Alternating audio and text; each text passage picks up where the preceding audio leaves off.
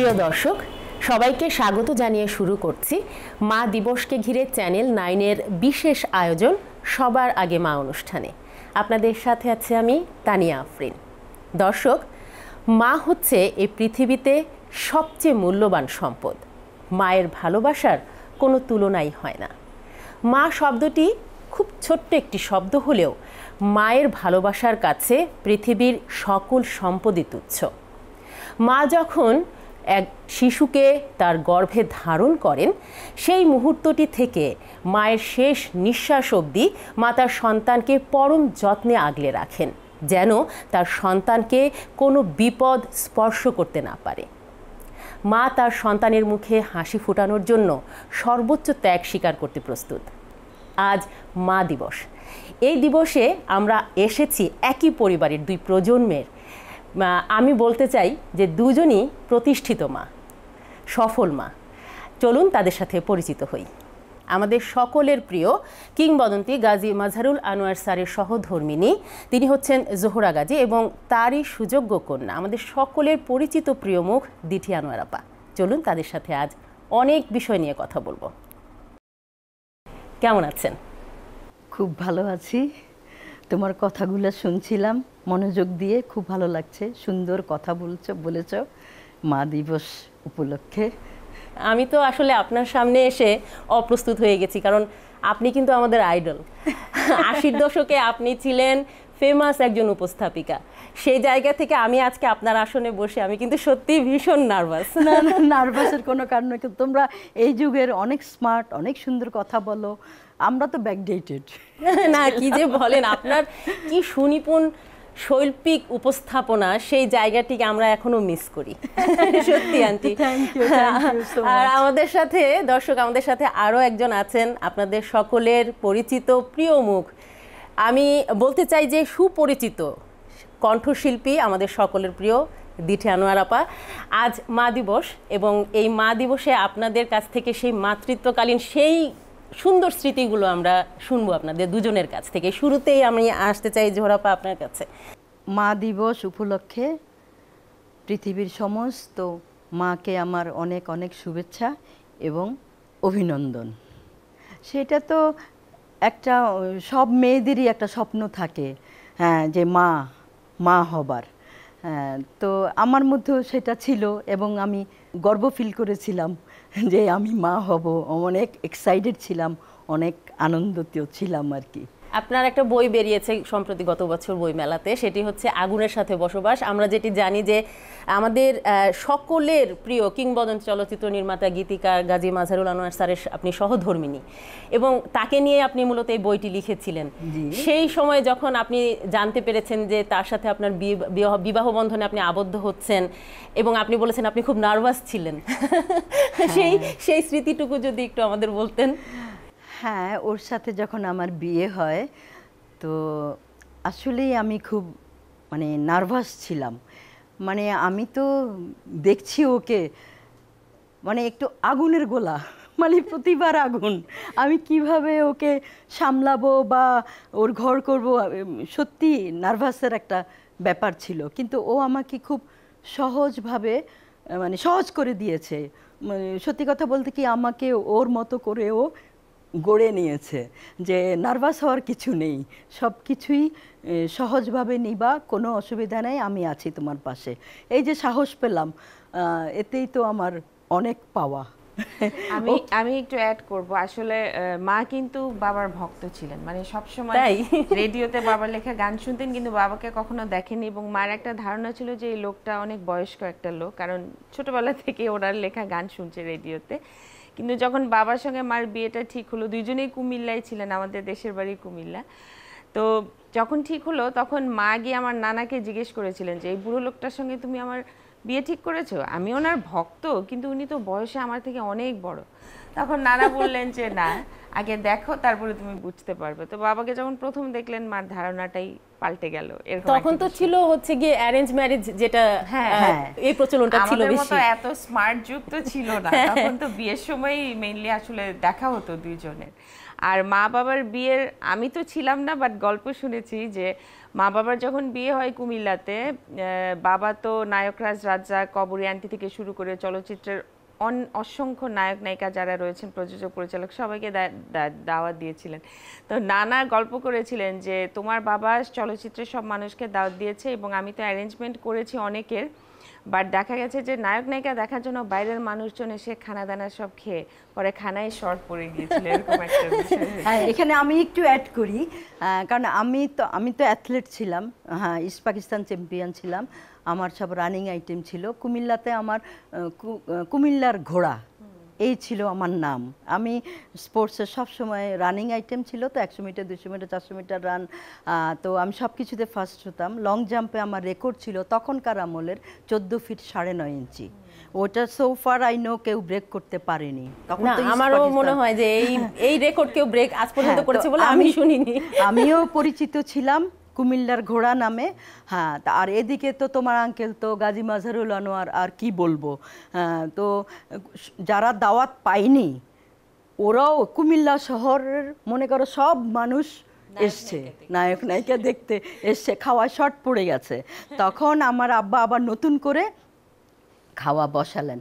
তখন রাজ্জাক ভাই একটা কথা বললেন আমার আব্বাকে যে তালেব সাহেব, আপনার খাওয়া রান্না করতে হবে না, আমাদের মাল ডেলিভারি দিয়ে দেন, আমরা চলে যাই। দর্শক, সবার আগে মা অনুষ্ঠান থেকে নিচ্ছি ছোট্ট একটা বিরতি, ফিরছি কিছুক্ষণ পর, সাথেই থাকুন।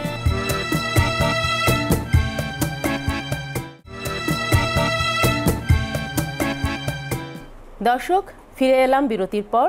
আমাদের সাথে থাকার জন্য ধন্যবাদ। যাই হোক, তবে আপনিও কিন্তু একজন সফল মা। আমরা যতদূর জানি 2 ছেলের জননী আপনি। 2 ছেলেকে আপনি অতি যত্নে মানুষ করেছেন এবং তারা কিন্তু বেশ ভালো অবস্থানে, এক বড় ছেলে ভালো অবস্থানে আছেন, ছোটটাও হচ্ছে ভালোই, মাশাআল্লাহ, আমরা দোয়া করি। তো আপনি তো আপনার মায়ের কাছ থেকে এই গুণগুলো পেয়েছেন, সেই সময়কার কিছু স্মৃতি আমাদেরকে বলবেন। মা তো অসাধারণ একজন গৃহিণী, আমি বলবো অসাধারণ একজন মা, এবং সবচেয়ে বড় বিষয় আমি যেটা দেখেছি অসাধারণ একজন স্ত্রী। কারণ বাবার প্রতি তার এতটাই শ্রদ্ধা, এতটাই ভালোবাসা, কারণ বাবা তো সবসময় তার কাজ নিয়ে ব্যস্ত থাকতেন বাইরে, মা কখনোই তাকে ডিস্টার্ব করেনি। কারণ মা সবসময় চাইতেন যে সংসারের কোনো কাজে তোমার বাবাকে আমি আটকাবো না, তোমার বাবা যেন বাইরে স্বাচ্ছন্দ্যে কাজ করতে পারে। এবং মা এত চমৎকারভাবে সংসারকে আগলে রেখেছেন যে বাবা খুব স্বাচ্ছন্দ্যে বাইরে কাজ করেছেন, এবং বাবা শেষ মুহূর্তেও মানে মাকে সেই স্বীকৃতিটা দিয়ে গিয়েছেন। হ্যাঁ, আমরা দেখেছি ওনার প্রতিটা ইন্টারভিউতে উনি কিন্তু মাকে, আপনার মাকে সব সময় বলেছেন যে আজকে আমি গাজী মাজহারুল আনোয়ার, এর পিছনে 90% স্বীকৃতি কিন্তু অবশ্যই, কারণ বলেছে তুমি আমার সংসারকে এত সুন্দর করে আগলে রেখেছো, আমাকে 2টা ফুটফুটে সন্তান দিয়েছো, যে আজকে আমি গাজী মাজহারুল আনোয়ার হতে পেরেছি। তো মাকেই আসলে শতভাগ ক্রেডিট তিনি দিয়ে গিয়েছেন। আর মার আরেকটা বিষয় না বললেই নয়, মা তখন ওই যে তুমি বলছিলে জোহরা গাজী, তখন খুব মানে আমি বলবো যে ফেমাস একটা নাম, বাংলাদেশ টেলিভিশনে উপস্থাপনা করতেন রেগুলার, একদম অনেকগুলো অনুষ্ঠান, ম্যাগাজিন অনুষ্ঠান, শুভেচ্ছা, আমন্ত্রণ, বৈঠক, খুবই জনপ্রিয় লাইমলাইটে, এবং বাবাও খুব ব্যস্ত তার কাজ নিয়ে। তখন মা চিন্তা করলেন যে আমার 2টা ছেলে মেয়ে, 1 ছেলে 1 মেয়ে, ওরা তো পড়াশোনা করছে, দুজনেই আমরা ব্যস্ত হয়ে গেলে বাচ্চাদেরকে মানুষ করবে। তো তখন কিন্তু এই স্যাক্রিফাইসটা মাই করলেন, মানে লাইমলাইটে থাকা অবস্থায় তিনি তার পেশাটাকে পুরোপুরি পরিত্যাগ করে দিলেন। কেন? আমার এবং আমার ভাই উপল, আমাদের 2জনের জন্য, এবং মাই আমাদেরকে পড়াতেন। হ্যাঁ, আমি শুনেছি আপনাদের মেট্রিক পর্যন্ত নাকি মাই পড়িয়েছেন, এবং আপনাদের 2 ভাই বোনের রেজাল্টে সবাই খুব সাকসেসফুলি আপনারা সেখান থেকে উঠে এসেছেন। ভালো রেজাল্ট হতো, বাংলায় হাইয়েস্ট মার্ক পেতাম, কারণ বাবা আমাদের বাংলা নোটগুলো করে দিত। বাবা আউটডোর শুটিংয়ে থাকলেও উনি ওখান থেকে নোট করে কুরিয়ারে পাঠাতো, এবং সেটা পড়ে আমি এবং আমার ভাই বাংলায় অলওয়েজ মানে হাইয়েস্ট মার্ক পেতাম। বাংলার ও যত ব্যস্তই থাকুক না কেন, থাকতো না কেন, কিন্তু ছেলে মেয়ের প্রতি সময় দিত, আমাদেরকে সময় দিত, এবং বাংলা নোটগুলো ও করে দিত, যার ফলে আনকমন হতো। ওরা 2 ভাই বোন সবসময় বাংলা হাইয়েস্ট মার্কস পেত। আমার ছেলে তো স্ট্যান্ড করেছে, আর দিঠি তো মাশাআল্লাহ ফার্স্ট সেকেন্ড হইতো সবসময়, স্টার মার্কস পেয়েছে, অনেক অনেক ভালো গুণী মা এবং গুণী বাবার সংস্পর্শে আসাতেই আর কি আমি মনে করি যে আপনারা 2 ভাই বোনও সেই পথই ধরেছেন। আসলে সত্যিকার অর্থে যে মায়ের এত গুণ, এবং আমি বলবো যে আমি আপনার মায়ের একজন ভক্ত সত্যিকার অর্থে। আজকে আমি আপনার মায়ের জায়গাটায় এসেছি, আমি কিন্তু খুবই নার্ভাস, আমি আগেও বলেছি যে ওনার সুনিপুণ উপস্থাপনা আমরা এখনো যখন বিটিভির আর্কাইভে মাঝে মধ্যে কিন্তু শুভেচ্ছা অনুষ্ঠানটি প্রচারিত হয়, সেই জায়গাটা থেকে আমরা কিন্তু এখনো মন্ত্রমুগ্ধের মতন ওনার কথা দেখতে থাকি যে এত সুন্দর স্টাইলিশ সুন্দর সুন্দর শাড়ি পরতেন। এখনো অনেকে আমাকে বলে যে তোমার মা এত সুন্দর সুন্দর শাড়ি পরতো, সেই শাড়ির কারণেও মাকে অনেকে মনে রেখেছে। আর মার আরেকটা বিষয় আমি বলি, এটা খুব মানে মজার একটা বিষয়, মাকে আমি সবসময় দেখতাম ঘরের ভেতরেও এভাবে পরিপাটি অবস্থায় সবসময় মা থাকতেন, কারণ বাবা পছন্দ করতেন একটু সাজগোজ করা, সৌন্দর্য প্রিয় ছিলেন বাবা। তো আমি একদিন মাকে জিজ্ঞেস করেছিলাম যে মা, ঘরের ভেতর তো সবাই একটু আরামের কাপড় চোপড় পরে থাকে, তাই না? তুমি সবসময় ঘরের ভেতরে এত দামি কাপড় চোপড় পরে সেজে গুজে কেন থাকো? বলে কি, দেখো মা, তোমার বাবা কিন্তু চলচ্চিত্র নির্মাতা, প্রতিদিন শাবানা, ববিতা, রোজিনা, অঞ্জনা ওদের সুন্দরী সুন্দরী মেয়েদের সাথে শুটিং করছে, তো ওনাদেরকে দেখে এসে যখন বাসায় যদি দেখে আমি একটা তেনা মার্কা কাপড় পরে বসে আছি, তাহলে তো আমার প্রতি তোমার বাবার আকর্ষণই চলে যাবে। এর জন্য তার আকর্ষণটা ধরে রাখতে হলে আমাকেও সুন্দর হয়ে থাকতে হবে। মা কিন্তু ভীষণ সুন্দরী তখনও ছিলেন, এখনো সুন্দর টেকনিক, এটা সময় ছিলাম, এখন তো নাই। মা, আপনার মাতৃত্বকালীন সেই সুন্দর স্মৃতির গল্পগুলো যদি কিছু বলতেন আমাদের।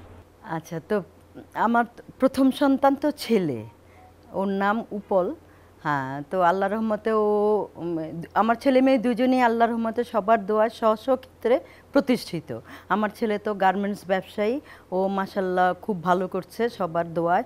আর মেয়ে দিঠি তো সুপ্রতিষ্ঠিত একটা অবস্থানে আছে সঙ্গীত শিল্পী হিসেবে। তো প্রথম সন্তান আমার ছেলে যখন হয়, তো আমরা তোমার আঙ্কেল বিশেষ করে ও মেয়ে চেয়েছিল যে প্রথম সন্তান যেন মেয়ে হয়।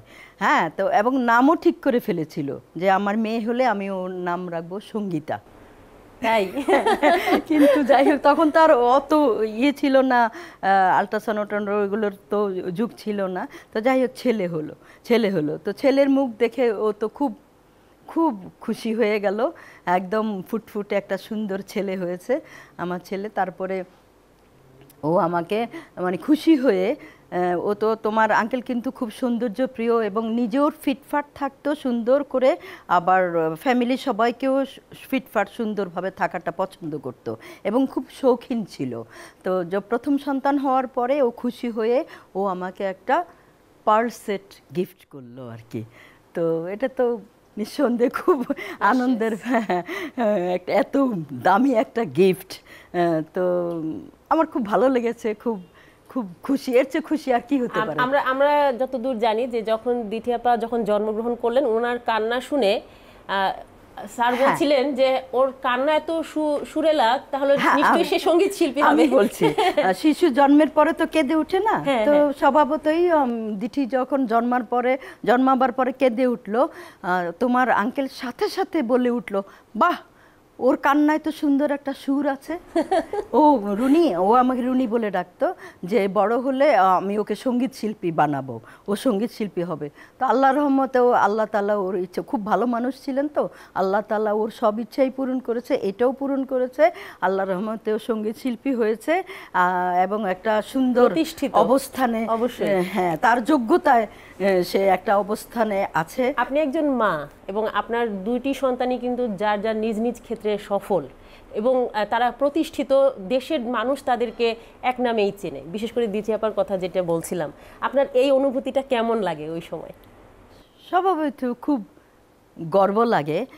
এই প্রসঙ্গে আমি একটা কথা বলি, নেপোলিয়ন বোনাপার্ট বলেছিলেন যে আমাকে একটা শিক্ষিত মা দাও, আমি একটা ভালো জাতি দিব। তো ওই কথাটা আমার সবসময় মাথায় ছিল। তা আমরা মায়েরা কিন্তু অনেক কিছু করতে পারি। আমরা মায়েরা যদি সৎ, দায়িত্ব কর্তব্যপরায়ণ এবং আত্মত্যাগী হই, আমরা মারা কিন্তু অনেক কিছু করতে পারি। আমি তো মনে করি একজন মা মানে সংসারের ক্যাপ্টেন অফ দ্য শিপ। অবশ্যই, তাই না? আমরা যদি আত্মত্যাগী হই, তাহলে আমরা সুন্দরভাবে আমাদের সন্তানদেরকে মানুষ করতে পারবো। ওরাই তো ভবিষ্যৎ প্রজন্ম। তো সবার দোয়ায় আমার এক ছেলে এক মেয়ে, ওরা স্ব ক্ষেত্রে আগেও বলেছি প্রতিষ্ঠিত। দিঠির কথা তো জানেই, আল্লাহ রহমতে ওর যোগ্যতায় ও একটা অবস্থান করে তবে নিয়েছে। এই ক্ষেত্রে আমি কিছু অ্যাড করব যে আজকে সুপ্রতিষ্ঠিত তোমরা আমাকে বলছো সেটা আমি জানি না, তবে যতটুকুই আমি এসেছি আমার মনে হয় যে মার অবদানটা অনেকখানি বেশি। কারণ ছোটবেলায় আমি যখন মানে গান শেখা শুরু করি 8 বছর বয়স থেকে, তখন আমি একটু অলসী ছিলাম, সকালবেলা ঘুম থেকে উঠতে চাইতাম না, কিন্তু কিছু কিছু রাগ আছে সকালে করতে হয়। মা আমাকে সকালবেলা ঘুম থেকে উঠাতেন, মা হারমোনিয়ামটা বাজাতেন, আমি ঘুম ঘুম চোখে সারগাম করতাম। আর মা তখন আমাকে বলতেন যে মার কিন্তু খুব সঙ্গীত শিল্পী হওয়ার ইচ্ছে ছিল, কিন্তু তখনকার সময় আমার নানা নানি বলো অত প্রোগ্রেসিভ মাইন্ডেড ছিলেন না, এবং এখনও সেই দৈন্যতাটা আছে। অনেকেই ভাবে যে ছেলেমেয়েরা গান বাজনা করে, নাচ করে কিংবা অভিনয় করে, এদের বোধহয় ভালো বিয়ে শাদী হবে না, এরকম একটা ধারণা আজও আছে, তখন আরো বেশি ছিল।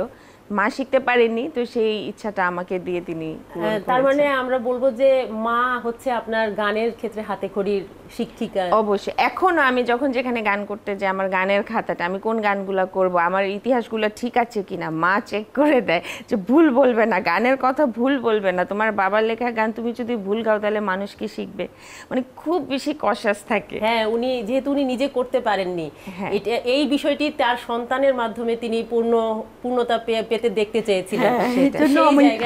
আর আমার মার কাছ থেকে আসলে একজন নারীর অনেক রূপ থাকে। আমার মার কাছ থেকে আমি মোটামুটি অনেক কিছুই শিখেছি, কিভাবে সংসার করতে হয়, কারণ তিনি একটা একান্নবর্তী পরিবারে ছিলেন। আমার বাবা, চাচা, ফুপু, দাদা, দাদি একসঙ্গে থাকতেন, তো মাকে দেখতাম কিভাবে সামলাতো। আমারও বিয়ে হয়েছে একটা একান্নবর্তী পরিবারে, আমি সেই শিক্ষাটা এখন কাজে লাগানোর চেষ্টা করি, যেটা মার কাছ থেকে ছোটবেলায় শিখেছি। মা আমাকে রান্না বান্নাও শিখিয়েছেন, মা আমাকে পড়াশোনা তো অবশ্যই শিখিয়েছেন, পাশাপাশি মানে বাইরের কাজ করা, মানে ড্রাইভিং করা থেকে শুরু করে সুইমিং করা থেকে শুরু করে, মা বলতেন যে সব কিছু শিখে রাখা ভালো, মেয়েদের কখন কোন পরিবেশে যায় বলা যায় না, আমার মেয়ে যেন সব জায়গায় গিয়ে অ্যাডজাস্ট করতে পারে, আমি মেয়েকে সেভাবে গড়বো। তো এখানে আমি একটু অ্যাড করি, তোমার আঙ্কেল আমাকে বলেছিলেন যে রুনি দেখো আমার কিন্তু একটা মাত্র মেয়ে, হ্যাঁ ওকে এমনভাবে তুমি তৈরি করবে ও যেন কোথাও না আটকায়, কারণ মেয়েদের কপাল তো বলা যায় না কোথায় গিয়ে পড়ে, তাই না? তো এই জন্য ওকে এমনভাবে তৈরি করবে ওর জন্য কোথাও যেন ও না আটকায়। এটা কিন্তু সব মারাই বোধহয় এরকমই চায় যে আমার সন্তান যেন কারো কাছে গিয়ে কোনো কিছুতে না আটকায়। সেই জন্য পারফেকশন আনার জন্য যতটুকু সম্ভব মারা কিন্তু সেই জায়গাটাতে বারবার পিন করতে থাকে। অবশ্যই। আর আমার একটা ছিল, মা আমাকে খুব মানে যত্ন করে বড় করেছেন, মানে কোথাও একা যেতে দিতেন না, মানে একটা সার্টেন স্টেজ পর্যন্ত উনি আমার সাথে সাথে থাকতেন।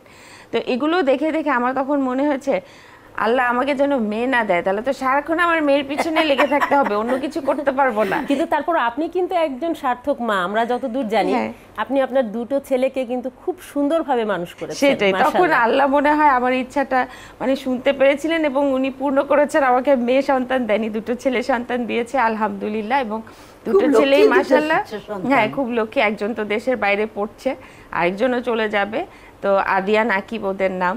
তো আমিও চেষ্টা করি, মা আমাকে এবং আমার ভাইকে যেভাবে লালন পালন করেছেন আমিও সেভাবে চেষ্টা করি, মার মতো পারি না, চেষ্টা করি। না না, ও মাশাআল্লাহ অনেক আদর্শ মা। দর্শক, আমরা শুনছিলাম মায়ের গল্প। নিচ্ছি ছোট্ট একটা বিরতি, সাথেই থাকুন।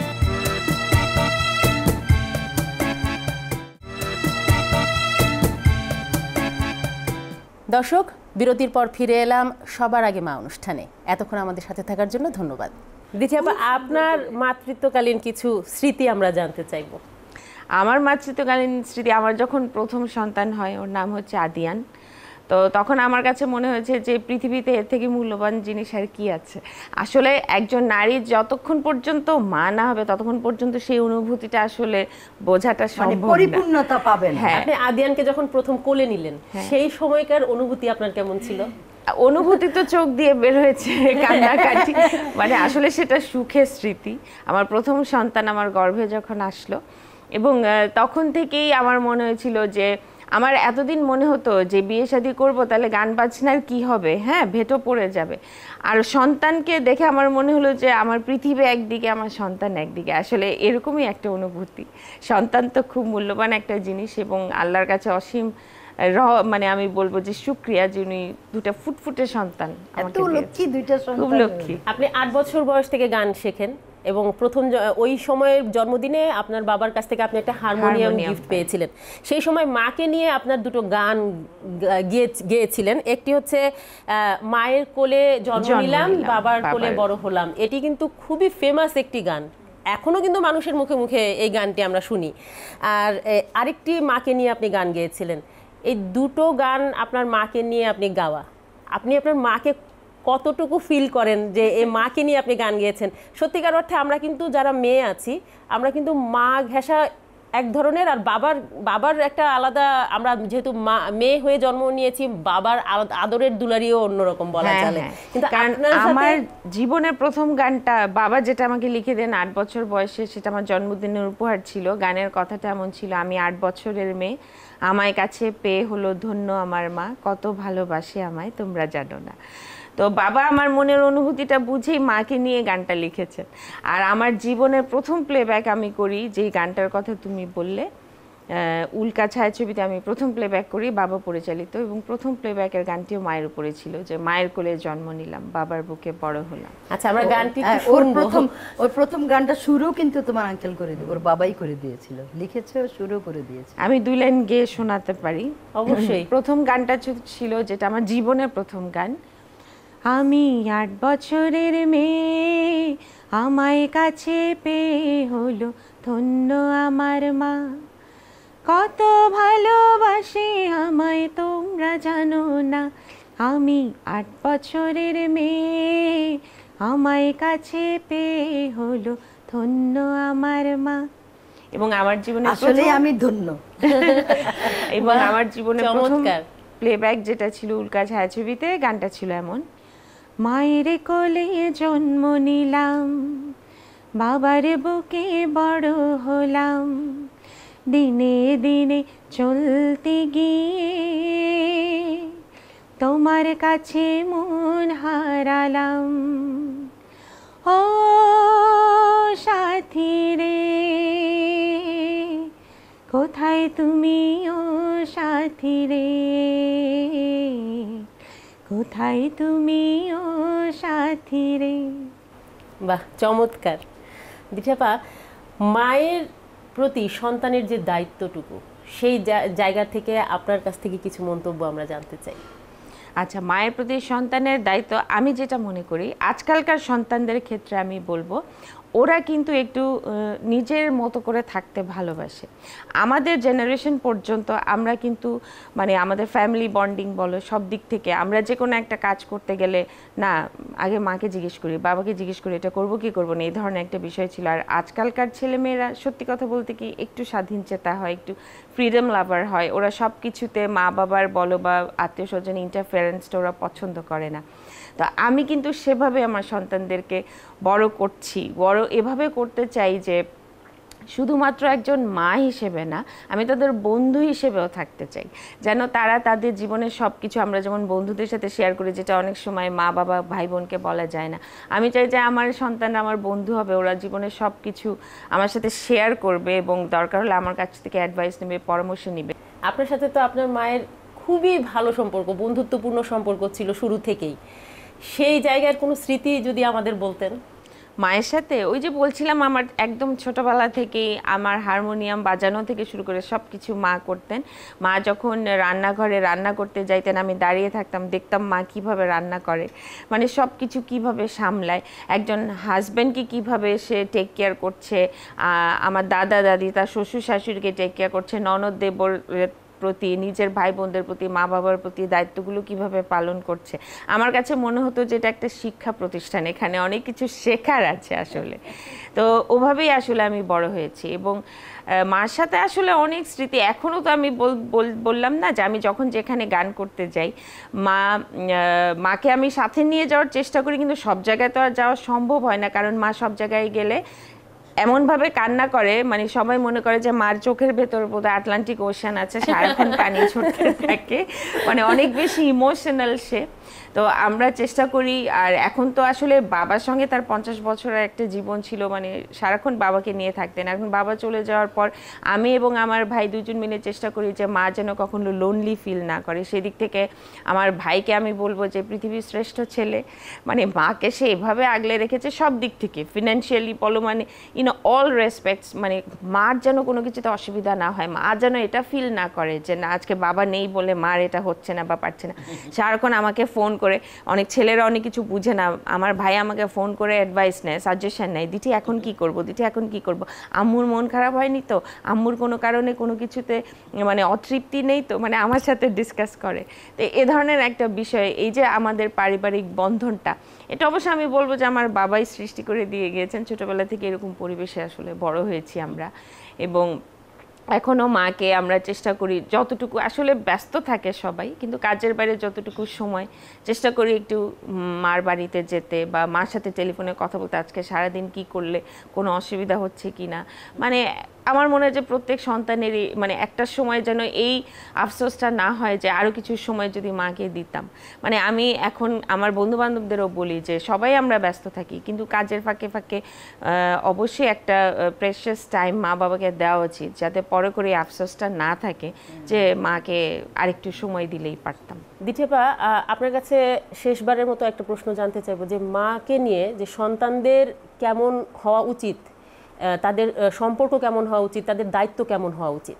আমি এক কথায় আসলে যেটা বলতে চাই যে একটা সার্টেন স্টেজ পর্যন্ত মা তার সন্তানকে মানে লালন পালন করে। বিশেষ করে মেয়ে সন্তানের ক্ষেত্রে আমি যদি বলি, লালন পালন করে তো বিয়ে শাদী দিয়ে দেয়, বিয়ে শাদীর পরে ওরা চলে যায়। তো ততক্ষণ পর্যন্ত মা ওই সন্তানটাকে খাওয়া দাওয়া থেকে শুরু করে পড়াশোনা থেকে শুরু করে সব কিছুর বিষয় টেক কেয়ার করে। এখন ওরা তাই করছে। হ্যাঁ, মানে ওটাই আসলে হওয়া উচিত বলে আমি মনে করি। সেটা শুধু দায়িত্বের দিক থেকে নয়, ফিলিংসের দিক থেকেও। তো আমার এক কথার উত্তর সেটাই হলো যে একটা সময় মা বাবা থাকবে আর একটা সময় তারাই তোমার সন্তান হবে।